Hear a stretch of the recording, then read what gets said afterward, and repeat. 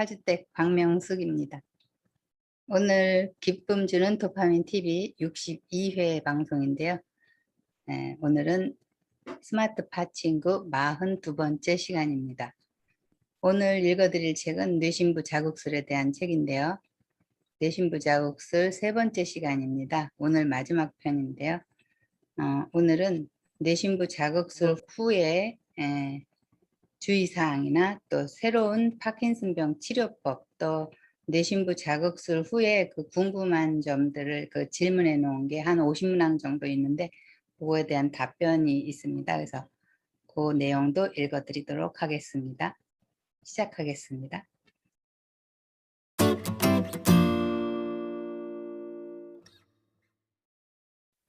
뇌신부 자극술 후의 주의사항.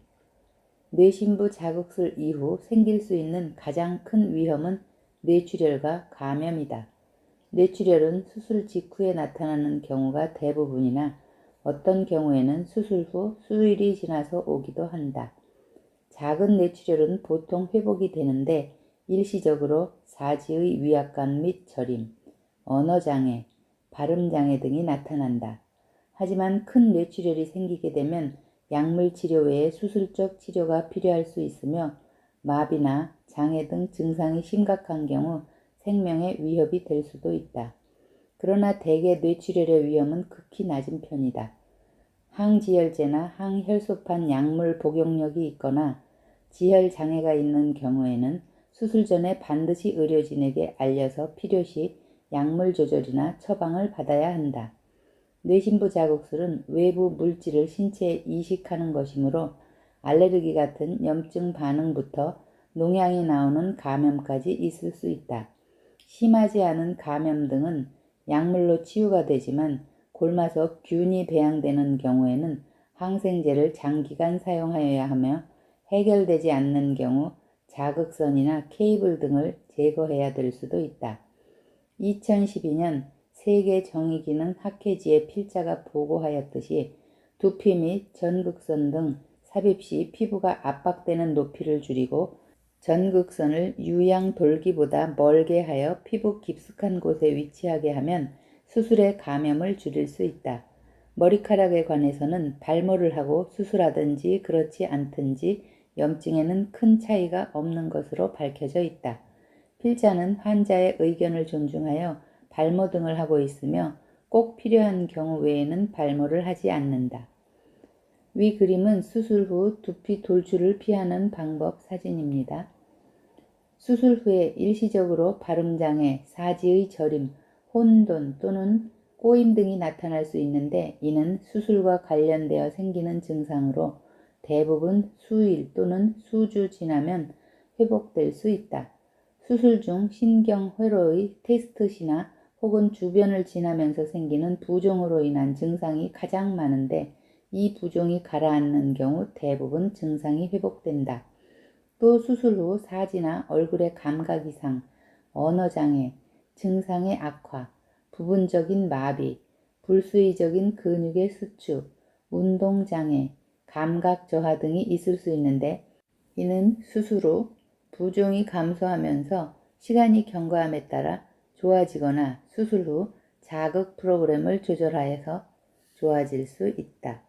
수술 초기 2주 혹은 한 달에는 수술 후 안정 및 자극 조절 등이 필요하므로 이러한 증상들에 대해 지나치게 걱정하지 말고 의료진의 권고를 따르면서 이상 반응 등을 조절할 수 있도록 하면 된다. 수술 후에 수술 반응이 너무 좋기 때문에 생기는 문제들도 있다. 수술의 효과 때문에 일시적으로 레보도파 용량이 과하여 이상 운동이 심해지거나 혼돈, 수면장애 등이 찾아올 수 있는데 이는 레보도파 용량의 감량 등 약물 조절 과정을 거치면서 대부분 호전되는 증세들이다. 수술 후 일상생활에서 특별히 조심할 점은 없지만 자극 발생기를 가지고 있기 때문에 다른 이유로 자기 공명 영상을 찍을 경우 반드시 의료진에게 사전에 이야기하여야 하며 공항 등 보안시설을 통과할 때 뇌신부 자극술 환자라는 것을 알려야 한다. 또한 현재 자극 발생기가 5년 정도 유지되므로 정기적으로 체크하여 필요시 바꿔야 한다. 현재는 10년 정도 유지되고 있다고 합니다. 수술 후 환자는 5일에서 7일 이후에 퇴원할 수 있다. 퇴원 시에는 상처의 딱지를 일부러 뜯지 말고 연고 등을 발라서 보호해야 한다. 또한 물이나 외부 물질이 들어가서는 안 되므로 샤워나 목욕, 사우나 등은 상처가 완전히 치료된 후에 하는 것을 권한다. 머리는 수술 후 5일 내지 7일이면 샤워하듯이 감을 수 있지만 지나치게 문질러서는 안 되며 샴푸 등으로 감고 가볍게 헹구며 드라이로 말린 후 소독한 후 항생제, 연고 등을 발라 보호하는 것이 좋다. 염색에 대한 정확한 기준은 없지만 상처 치료가 완료된 후 한 달 정도 후에 하기를 권유한다. 손톱이나 손 및 피부가 상처 감염을 일으키는 가장 큰 원인균일 수 있어 깨끗이 관리하도록 한다. 퇴원 후 의료진이 지시해준 파킨슨 약물을 규칙적으로 복용하고 외래 방문 시간을 지키도록 한다. 환자 증명 카드는 환자가 뇌신부 자극수를 받았다는 것과 자극 발생기 정보를 알려주는 것이므로 반드시 가지고 다녀야 한다. 뇌신부 자극수를 받고도 외국 등으로 비행기 여행이 가능하나 자극 발생기가 케이블 등의 기기 때문에 검색대를 통과할 때 문제가 될 수 있다. 이때는 환자 카드를 보여주면 문제가 되지 않는다. 자기공명 영상 촬영, 인공심장 박동기, 심장치료기, 제세동기, 초음파기기, 전기소작기, 열치료기기 등은 방사선 치료 등에 영향받을 수 있어 환자 카드를 휴대하여 보여줄 수 있으면 좋다. 수술 후 운동은 가벼운 보행, 자세 이동부터 시작하여 늘려나간다. 처음에는 약물 농도가 너무 낮거나 수술 후 오히려 너무 높을 경우 불편할 수 있으나 자극 조절이 적절히 된다면 전보다 나은 걸음걸이 및 운동 능력을 보이게 된다.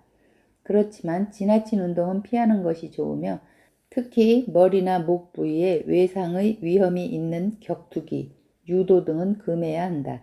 일부 환자들은 무리하게 산을 오르거나 자전거, 오토바이 등을 타다가 사고가 나기도 하니 수술 후 운동 기능이 개선되었다고 과신하지 않도록 주의한다.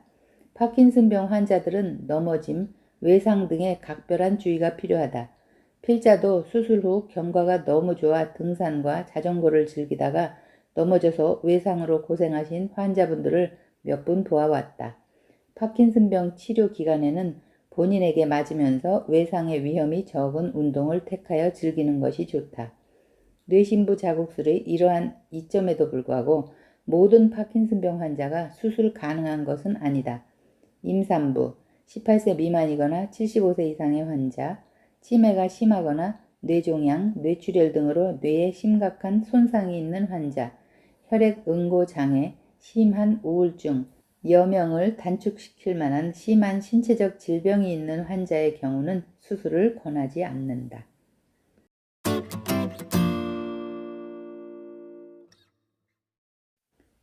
파킨슨병의 새로운 치료. 파킨슨 관련 질환은 치료가 어렵고 계속 진행하는 병이다.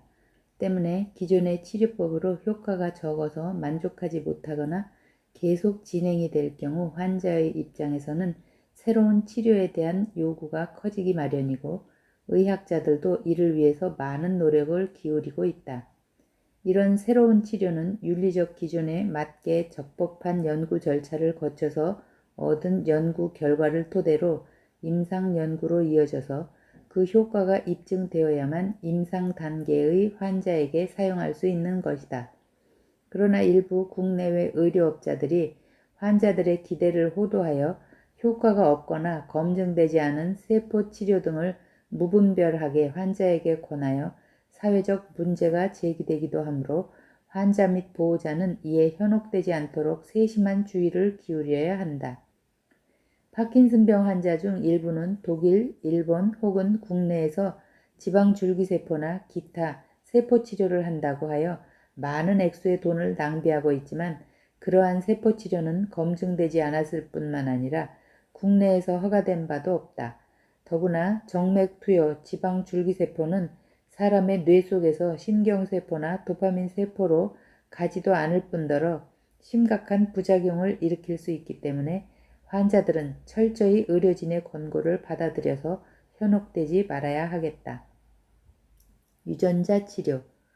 유전자 치료란 벡터라는 운반체를 사용하여 필요한 유전자를 세포에 주입하여 치료하는 방법을 말한다. 바이러스가 세포를 침투하는 성질이 있기 때문에 바이러스의 병원성을 유전공학적으로 제거하고 이를 벡터로 하여 치료 유전자를 붙여 세포에 직접 전달시키는 것이다. 유전자 치료로 도파민 발현을 항진하여 증상을 개선하거나 GAD, 글루탐산 탈탄산 효소, 유전자를 시상 하액에 넣어 운동 기능을 개선하거나 신경 보호 기능이 있는 물질을 유전자에 달아 파킨슨의 진행을 막아보고자 하는 방향으로 연구가 되고 있다. 도표를 참조해 주시고요.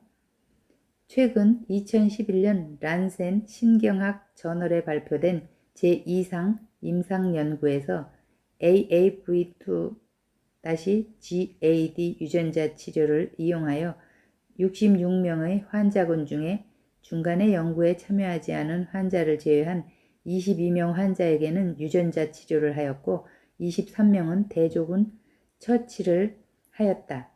치료 6개월 경과 후 치료 결과를 이중 맹검법으로 비교한 결과 유전자 치료를 받은 환자의 UPDRS 운동 점수가 8.1점 감소한 결과를 보여 희망적인 결과를 제시하였고 현재 제3상 임상 연구에 들어가서 기대가 되는 연구를 진행하고 있다. 또한 2009년부터 저자와 뇌신경 분야의 여러 공동 연구를 진행 중인 프랑스의 자라야 박사는 Science Translational Research 저널에 Lent THAADC-CHI 유전자를 원숭이 선조체에 삽입하여 이상 운동증이 없이 운동 개선 효과를 얻을 수 있음을 보고하여 학계의 주목을 받았고 곧 임상 연구를 준비 중에 있다. 줄기세포 치료가 아직 제1상 혹은 2상 연구에 머물고 있는 반면 유전자 치료는 2상 연구를 넘어 3상 연구가 일부 진행 중이어서 기대되는 바가 더욱 크다. 줄기세포. 그동안 많은 줄기세포 치료가 파킨슨병의 치료에 시도되었다.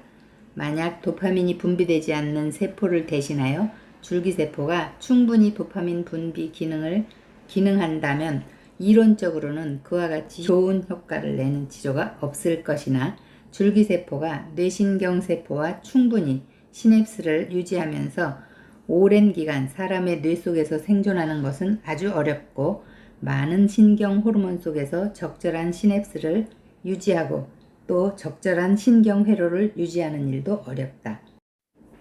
2011년 저명한 신경학 저널 애널 뉴럴러지에서 미국의 알터만 박사는 아인슈타인의 말을 인용하여 기계적으로 세포치료 시험을 반복하는 일이 얼마나 무모한 것인가를 지적하였다. 오른쪽 표에서 보듯이 실험군이 대조군에 비하여 명확히 좋은 효과는 없으면서 오히려 이상 운동증 및 중대 합병증을 유발하기 때문에 실험이 더 이상 진행되지 못하고 있다.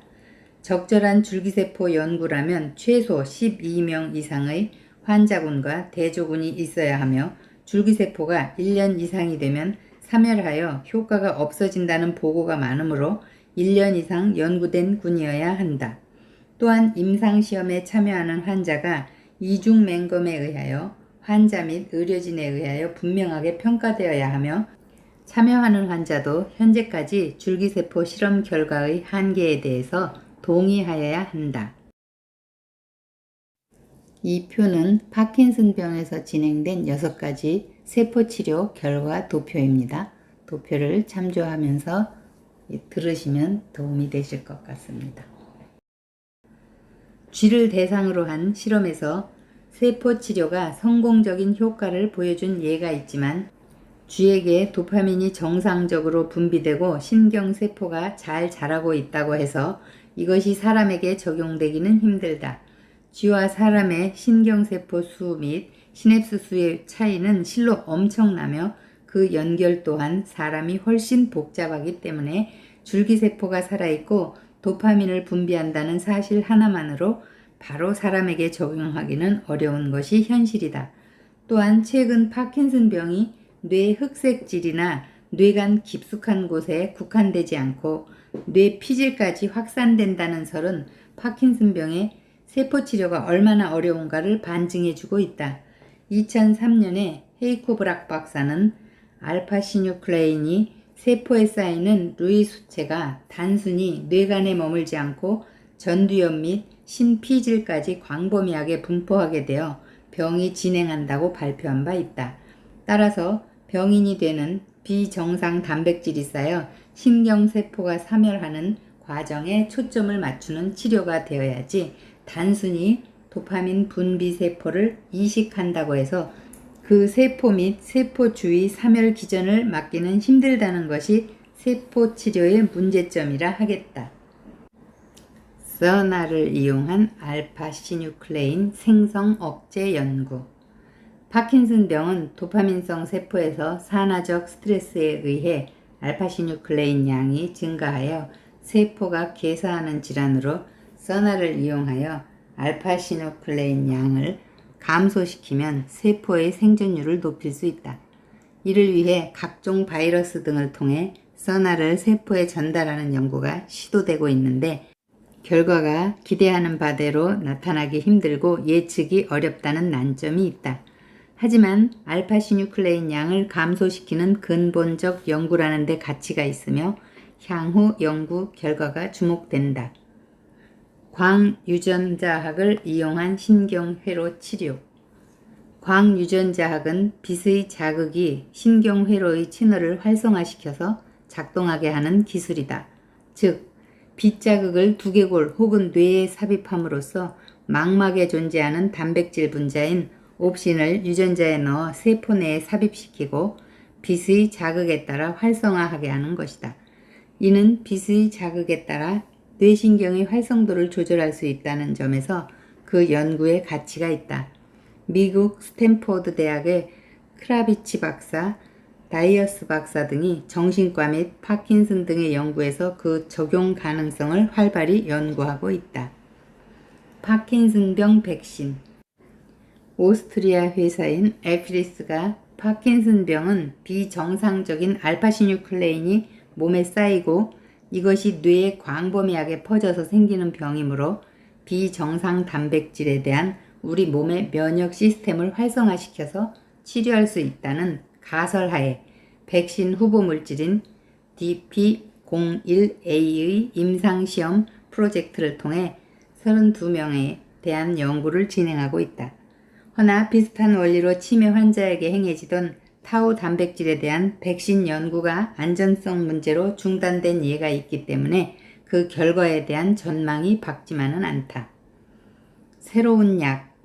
파킨슨병 약은 보통 장기적으로 복용하다 보니 그로 인해 생기는 문제들과 또 파킨슨병이 진행되면서 생기는 문제들을 개선하기 위해 끊임없이 새로운 약들이 개발되고 있다.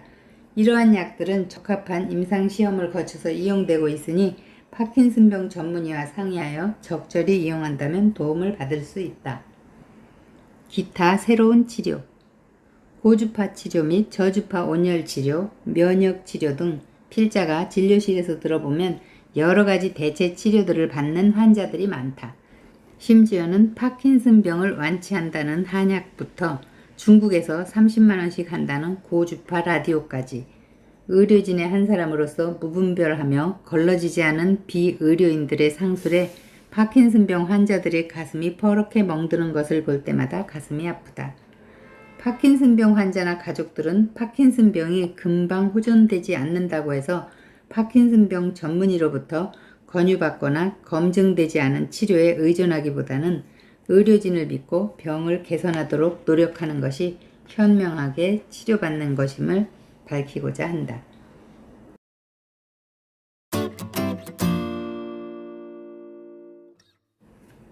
파킨슨병 뇌신부 자극술 환자들이 자주 묻는 질문들.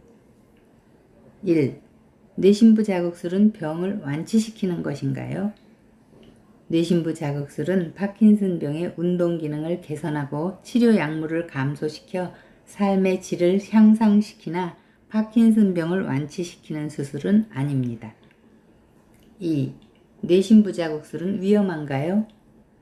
뇌신부 자극술은 1에서 2%의 위험도가 있는 수술입니다.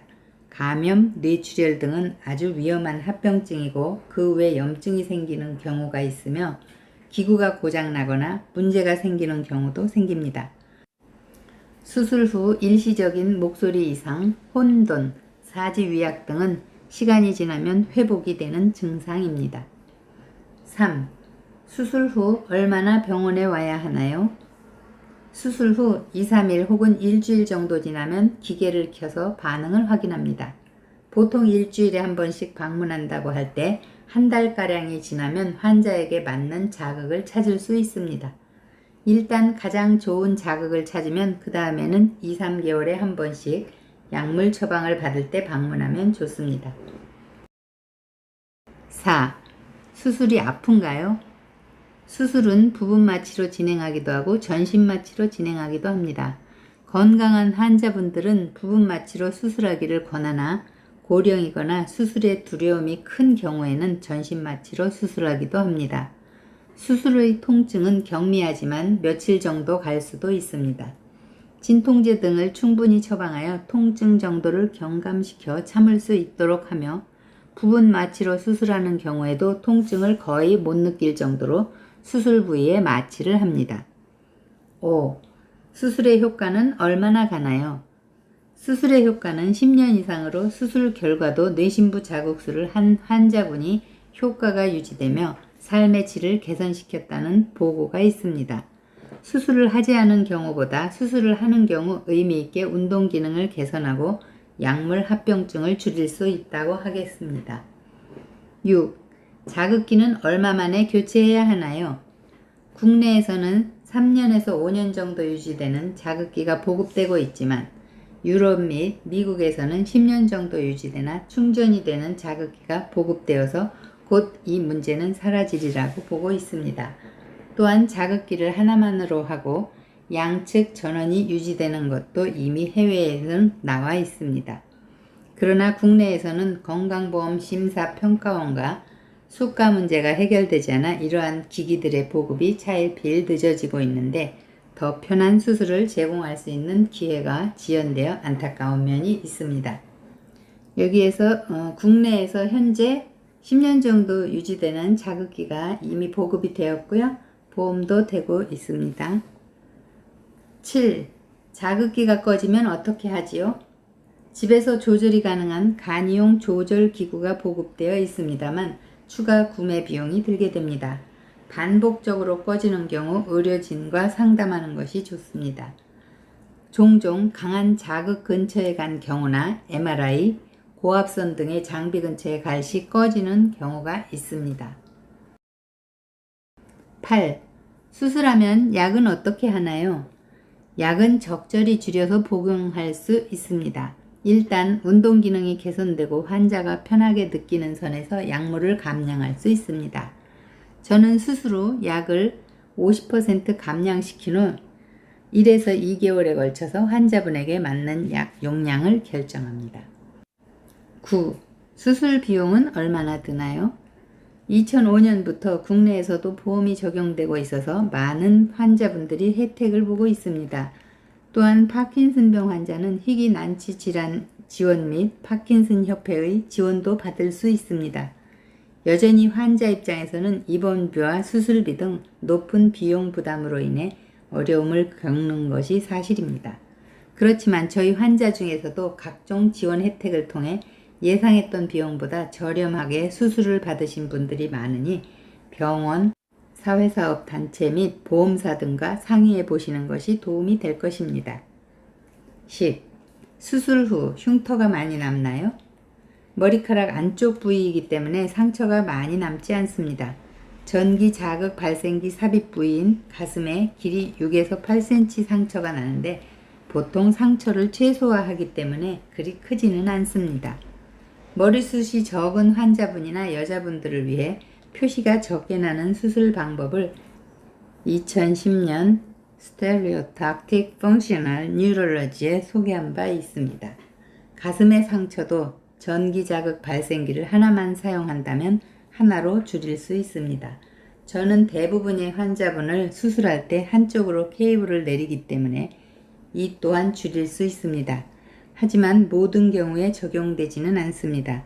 최근 자극 발생기는 하나로 2개의 전극선 자극이 가능하나 불행히도 우리나라에서는 현재 보험 적용이 되지 않고 있어 안타깝습니다. 네, 현재 우리나라에서도 지금 보험 적용이 되고 있는 걸로 알고 있습니다. 11. 운전해도 되나요? 네, 일부 장애가 있는 환자분을 제외하고는 운전이 가능합니다. 12. 사우나가 가능한가요? 상처 치료가 다 된 후 3에서 6개월 후 가능합니다. 그러나 전자기구, 온열기구 등은 사용하지 않는 편이 좋습니다. 13. 수술 후 언제 머리 감나요? 상처 정도에 따라서 달라지지만 보통 수술 후 일주일 이상 지난 뒤가 좋습니다. 수술 후 3일에서 5일 지나도 가능은 하나 주의를 요합니다. 14. 수술 후 염색 가능한가요? 수술 후 상처 치료가 완전히 끝나는 한 달 정도 후부터 가능합니다. 머리를 지나치게 긁는 행위나 피부 질환이 있는 경우는 수술 전부터 주의가 요구됩니다. 15. 해외여행은 언제 가능한가요? 수술 후 증세가 안정되면 가능합니다. 허나 공항 검색대 등에서 자극 발생기 때문에 환자 증명서 등을 요구할 수 있습니다. 수술 후 환자에게 주는 신분카드 혹은 진단서를 지니고 다니십시오. 16. 자극 발생기의 사용 시 주의점은 두부 MRI나 전자기장에 방해하는 기구의 사용 시 주의해야 합니다. 수술 후 신분카드에 주의점이 있으니 의료진에게 검사 전 알리는 것이 중요합니다. 17. 자극 발생기가 제대로 작동하는지 알 수 있나요? 휴대용 소형 라디오 주파수를 AM 540kHz로 맞추면 자극 발생기가 작동되는 상태에서는 일반적인 잡음과 달리 굉음이 나고 이를 통해서 확인할 수 있습니다. 물론 개인용 조절기 또는 병원에서 조절기를 통해 확인하는 것을 권고드립니다. 수술 기구가 불편한데 뺄 수 있나요? 불편하면 제거가 가능하나 다시 넣기 힘들기 때문에 자극 발생기를 끄고 관찰해 보는 것을 권합니다. 빼서 다시 쓸 수 없기 때문에 주의를 요합니다. 19. 다른 임상시험을 할 수 있나요? 원칙적으로 다른 수술 혹은 임상시험이 불가능한 것은 아닙니다. 허나 수술적 처치가 필요한 임상시험 시는 매우 주의를 요하고 수술한 전문의와 충분히 상의하여 뇌신부 자극술 장치 제거 여부까지 상의 후 진행하여야 합니다.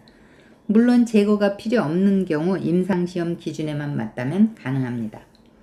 20. 다른 뇌수술을 받을 수 있나요? 가능합니다. 허나 수술 시 전극선이 이동으로 인한 좌표가 달라질 우려가 있고 수술 전 검사에 주의를 요하므로 전문 의료진과 상의하는 것이 좋습니다. 21. 개인용 조절기 사용 가능한가요? 물론 리모컨을 수술 후 받아서 이용할 수 있고 수술 후 구입하여 사용이 가능하나 전문가의 교육이 필요합니다. 전기 자극 조절 장치는 추가로 구입이 가능합니다. 22. 수술 후 예후는 어떤가요? 수술 후 80%에서 90%의 환자분들이 이상 운동의 개선 및 삶의 질 향상을 가져와서 떨림이나 꼬임, 서동증 등이 없어지거나 개선되어 일상생활에서 훨씬 더 편안함을 느끼고 있습니다. 수술 자체는 두려움의 대상이 안 되며 수술로 인해 운동 증상의 호전과 더불어 약 30%에서 50% 또는 그 이상의 약물 감소 효과를 기대할 수 있습니다. 23. 연세가 많으신 노인의 경우 수술로 인한 체력적 부담감이 클 것 같은데요. 수술을 결정하는데 환자의 상태나 나이도 영향을 끼치나요?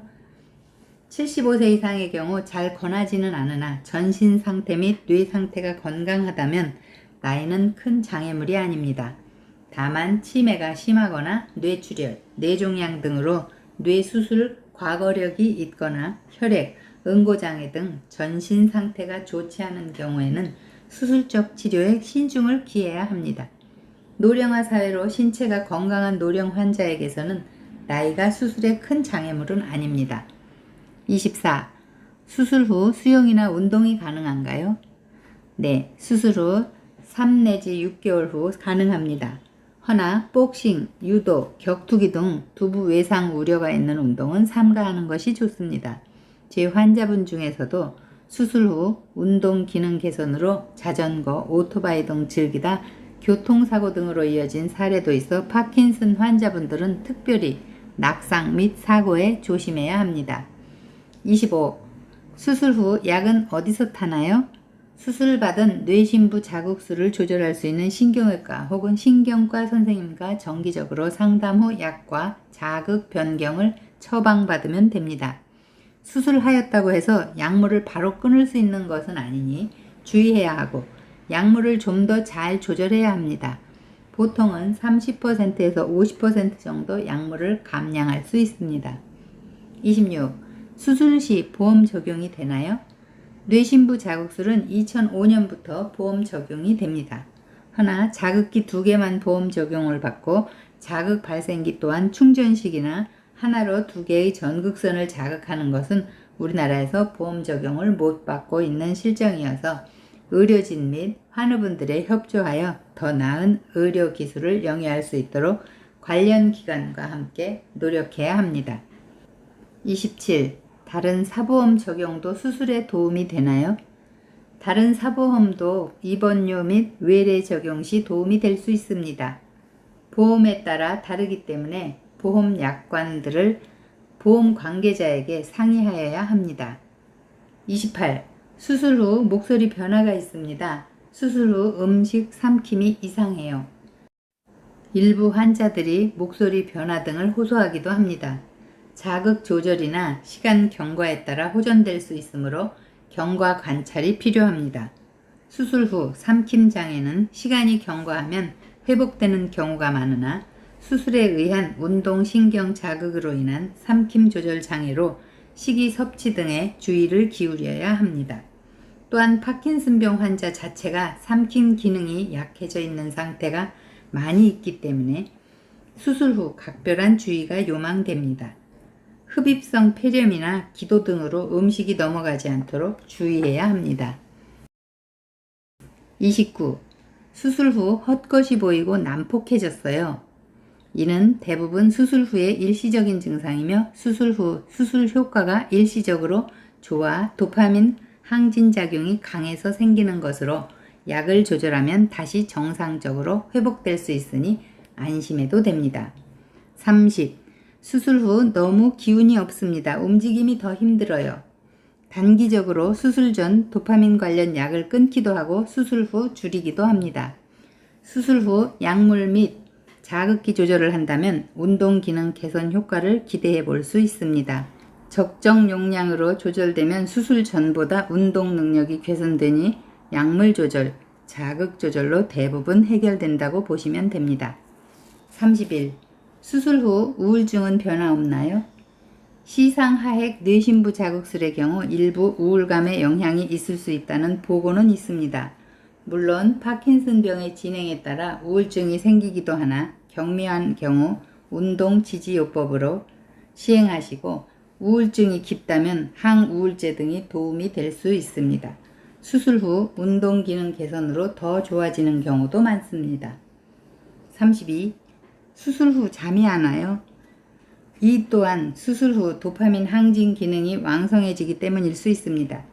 수술 직후라면 약물이 조절되기까지 일정한 시간을 두고 보시는 편이 좋습니다. 물론 필요하면 수면제 등을 처방받으면 더 호전될 수 있습니다. 수술 후 운동 기능이 호전되면 오히려 숙면에 도움이 되기도 하니 지나친 걱정은 할 것이 없습니다. 33. 현재 세포 치료가 가능합니까? 현재까지 임상 단계에서 허가된 치료는 없으며 모든 연구 중인 치료로 환자분에게 뇌신부 자극술보다 효과적이라고 권할 만한 세포 치료는 없습니다. 또한 줄기세포 치료가 기존의 약물 치료보다 좋다는 보고도 없습니다. 줄기세포 치료는 지속적 실패를 거듭해오고 있어 연구 목적 외에는 상업적으로 접근하는 것을 경계해야 합니다. 따라서 국내외 불법적인 경로로 접근하는 세포치료 등은 상업적인 목적이 있을 수 있으니 주의를 요합니다. 34. 현재 유전자 치료가 가능합니까? 이 또한 임상 단계에서 허가된 치료는 없습니다. 허나 세포 치료보다 한 단계 근접한 이상 연구에서 좋은 효과가 있었고 외국에서 3상 단계에 접어들어 결과를 기다리고 있습니다. 또한 많은 회사 및 대학에서도 연구 중이니 결과를 기다려보는 것이 좋겠습니다. 지속적으로 실패를 거듭하고 있는 줄기세포 치료보다 유전자 치료가 오히려 앞으로 기대해 볼 만하다는 것이 필자의 견해입니다. 35. 한약은 도움이 되나요? 한약이 파킨슨병을 치료한다거나 파킨슨병을 예방하는 보고는 없기 때문에 권하지 않습니다. 또한 기존에 복용하는 파킨슨병 약제와 대사작용이 같을 경우 약물 반응을 증대 혹은 감소시킬 수 있으며 독성을 증가시킬 수도 있습니다. 많은 한약들이 대사 과정 등 약물 대사가 증명되지 않아 주의를 요합니다. 태극권 등 운동은 육체 활동에 도움이 될 수 있습니다. 36. 약은 언제 먹는 것이 좋나요? 파킨슨 약의 대표적인 엘도파는 식사 전 15분에서 30분 사이에 복용하여야 일정하게 흡수가 가능하나 일부 오심 및 구토 증상이 있는 분은 식사와 함께 복용하거나 오심, 구토 완화 약물과 같이 먹으면 약물 부작용을 줄일 수 있습니다. 또한 지나친 육류 섭취는 소장에서 약물 흡수를 낮추기 때문에 조심해야 하며 지나친 고지방이나 식이섬유 섭취는 위의 배출 시간을 증가시키고 약물 흡수를 늦춰지게 합니다. 흑염소, 개소주, 영양탕 등 일부 건강보조약품 등을 같이 먹는 것을 주의해야 합니다. 37. 좋은 음식은 없나요? 영양이 균형 잡힌 식사가 가장 중요합니다. 비타민C, 토코페롤 등은 파킨슨병에 도움이 되는 음식으로 알려져 있고 뇌신경 보호 성분인 항산화제가 많이 포함된 녹황색 채소, 등푸른 생선, 견과류, 녹차, 한두 잔의 포도주 등은 신경세포 보호 효과를 기대해 볼 수 있다. 38. 술을 마셔도 되나요? 한두 잔의 술이 문제가 되지 않으나 과음은 파킨슨병에 해롭고 또한 파킨슨 환자는 균형 감각이 떨어져 큰 외상으로 이어질 수 있습니다. 특히 뇌신부 자극 수술 환자는 기계 고장 등으로 이어질 수 있어 삼가하는 것이 좋습니다. 또한 운동 기능이 여의치 않은 가운데 음주는 사고로 이어지는 경우가 있으니 더욱 주의를 기울여야 한다. 39. 담배는 끊어야 되나요? 담배는 일부 파킨슨병 증상을 호전시킨다는 보고가 있으나 결국 일시적인 증상으로 뇌신경세포 퇴화 및 폐암 등 다른 전신적 해가 더 많으므로 삼가하는 것이 좋습니다. 40. 누구한테 진료받는 것이 좋은가요? 파킨슨병을 전문적으로 치료하는 전문의 선생님께 진료받으시는 것이 좋습니다. 파킨슨병을 전문적으로 보는 신경과 신경외과 전문의에게 많은 도움을 받을 수 있으며 재활의학과, 정신과, 소화기내과, 심장내과 등 동반된 질환에 따라서 전문의 도움이 필요하다. 41. 파킨슨병을 진단하는데 가장 중요한 방법은 무엇인가요? 파킨슨병의 진단에는 전문의의 병력 청취와 이학적, 신경학적 검사가 중요합니다. 파킨슨병은 척추질환, 중풍 등으로 오인되는 경우가 있습니다. 흔히 진전, 서동증, 강직, 자세불안정이나 보행장애 등의 신경학적 진단이 가장 중요하며 도파 등 파킨슨 약물 반응 또한 유사 파킨슨병과의 감별에 중요합니다.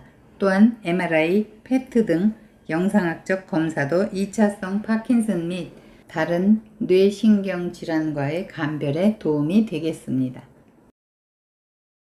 42. 파킨슨병의 증상 중 우울증이 심합니다. 파킨슨병 환자 중 약 25%에서 70%, 평균 40% 정도가 우울감을 호소합니다. 또 그 이상의 파킨슨병 환자에게서 우울증이 발생됩니다.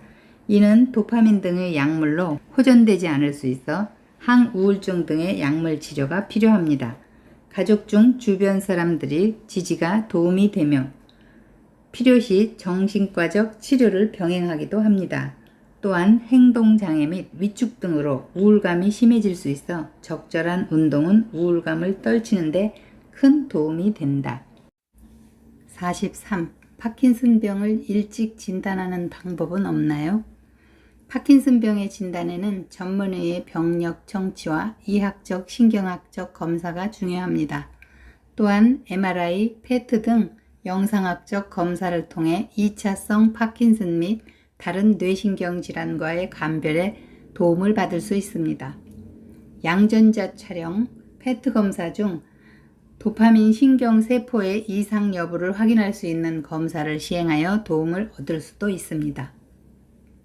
양전자 촬영 검사 중에서 도파민 신경세포의 이상 여부를 확인할 수 있는 검사를 시행하여 도움을 얻을 수 있습니다.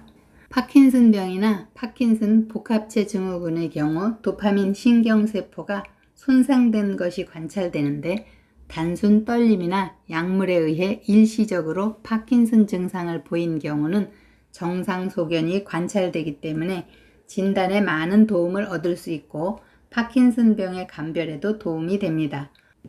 파킨슨 질환의 조기 진단 및 감별 진단에 획기적 도움이 되며 학문적 성과는 파킨슨 양성자 방출 단층 촬영을 통해 2013년 국제신경조절학회 등을 통해서도 발표한 바 있다. 이 사진은 파킨슨병의 단계별 양전자 단층 촬영 사진인데요. 1단계 초기부터 5단계 말기까지 차례대로 찍은 사진입니다. 참조하시기 바랍니다. 44. 파킨슨병은 유전되나요? 젊은 연령 40세 미만 파킨슨병의 경우 일부 유전적 문제가 있을 수 있으나 꼭 유전적 요인이 있는 것은 아닙니다. 한 가족 내에서는 파킨슨병이 발생할 가능성이 상대적으로 높아집니다. 그렇지만 유전적인 요인으로 파킨슨병이 발생하는 경우는 드물며 특히 가장 흔한 형태인 노년기에 발생한 파킨슨병의 경우에는 유전될 가능성이 매우 낮습니다. 45. 파킨슨병의 다른 환경적 위험 요인은 무엇인가요? 독소 망간, 일산화탄소, 살충제, 농약, 파라쿼트 등이 외부적 파킨슨의 위험 요소이며 내부적으로는 특정 유전자나 유전자의 이상 등이 파킨슨병을 가져올 수 있습니다.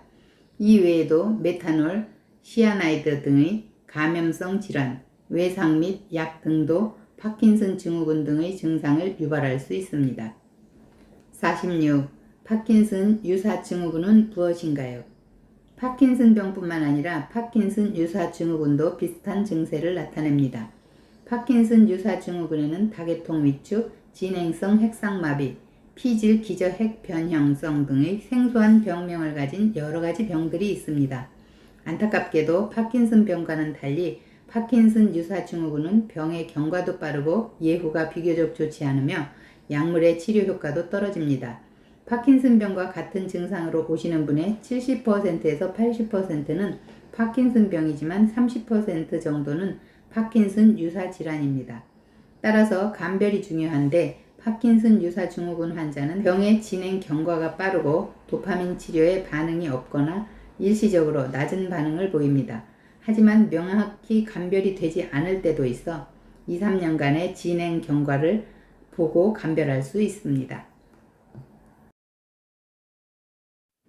이 그림은 파킨슨병과 파킨슨 유사 증후군을 비교해 놓은 그림인데요. 파킨슨병 같은 경우는 약물 반응이 좋고 진행이 비교적 느립니다. 파킨슨 유사 증후군은 약물 반응이 좀 떨어지면서 자율신경계 이상이 있고 자주 넘어지는 증상이 있습니다. 두 가지 병의 공통점은 서동, 경직, 떨림, 표정변화 이런 증상은 공통적으로 가지고 있습니다. 47. 도파민 제제의 후기 합병증이란 레보도파를 사용하면 짧게는 1년 반부터 생기기 시작하여 5년이 경과하면 50% 환자에게 오게 됩니다. 이 중 운동성 동요는 도파민 농도가 높아지거나 낮아질 때 파킨슨 증상의 호전 및 악화 정도가 반복되는 증상을 말하고 이상운동증은 주로 레보도파 약물 농도가 높거나 낮을 때 손, 발, 머리 등의 신체 부위가 꼬이는 증상을 말합니다. 48. 도파민 제제에 합병증이 발생하면 다음 치료 방법은 어떻게 되나요? 약물 복용 시간을 조절하거나 이상 운동과 관련된 보조 약물을 투여하거나 약물 부작용이 심한 경우 뇌신부 자극술 등 수술적 치료 방법을 사용할 수 있습니다. 49. 파킨슨병 환자는 요통 등이 심한가요? 파킨슨병 환자는 자세가 구부정하고 관절이 경직되어 요통 등이 일반적으로 더 많습니다. 초기 파킨슨병 환자의 경우 척추질환으로 오인되는 경우도 많습니다. 파킨슨병은 떨림이나 뻣뻣함이 주된 증상이기 때문에 어깨 관절에 오십견이나 인대 손상 등 근골격계 질환이 많이 생깁니다. 따라서 관절에 무리가 가지 않으면서 관절의 운동을 최대한 보존하는 운동을 꾸준히 하기를 권고합니다. 척추 굽힘증 등과 같은 심한 허리 굽힘증도 나타나기도 하는데 이는 요추 이상이라기보다는 파킨슨병에 의한 기저핵 신호 이상으로 인한 이상 운동증이라 보는 것이 맞고, 이 또한 허리 수술로 좋아지는 것이 아니라 약물이나 뇌신부 자극술로 효과를 볼 수 있다. 이 그림은 뇌신부 자극술 수술 후에 척추 굽힘증이 호전된 그림입니다. 50. 파킨슨병과 파킨슨 증후군은 다른가요? 파킨슨병과 파킨슨 증후군은 초기에는 비슷한 증세를 나타내나 약물 반응 및 병의 진행 속도가 다른 병입니다. 2차성 파킨슨병과 파킨슨 유사 증후군 등을 구별하기 위해서라도 파킨슨병이 의심될 때는 파킨슨병 전문가의 조기 진단과 치료를 받는 것이 좋습니다. 51. 파킨슨병 환자는 수전증과 어떻게 다른가요? 파킨슨병의 가장 흔한 증세가 손떨림인데 이는 수전증과 종종 혼돈될 만큼 매우 유사하며 감별을 요합니다. 수전증은 비교적 흔한 질환으로 주로 움직일 때 떨리며 병의 진행이 느리나 파킨슨병은 가만히 있을 때 떨리면서 서동, 자세 불안 등을 동반하고 병세가 진행하게 됩니다.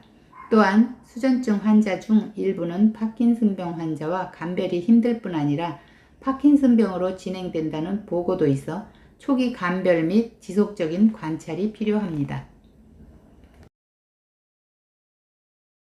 네, 오늘 뇌신부 자극술 책은 오늘 세 번째 시간으로 마치고요.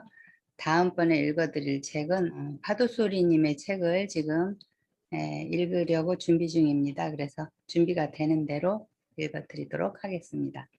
다음에 만나 뵈러 오겠습니다. 감사합니다.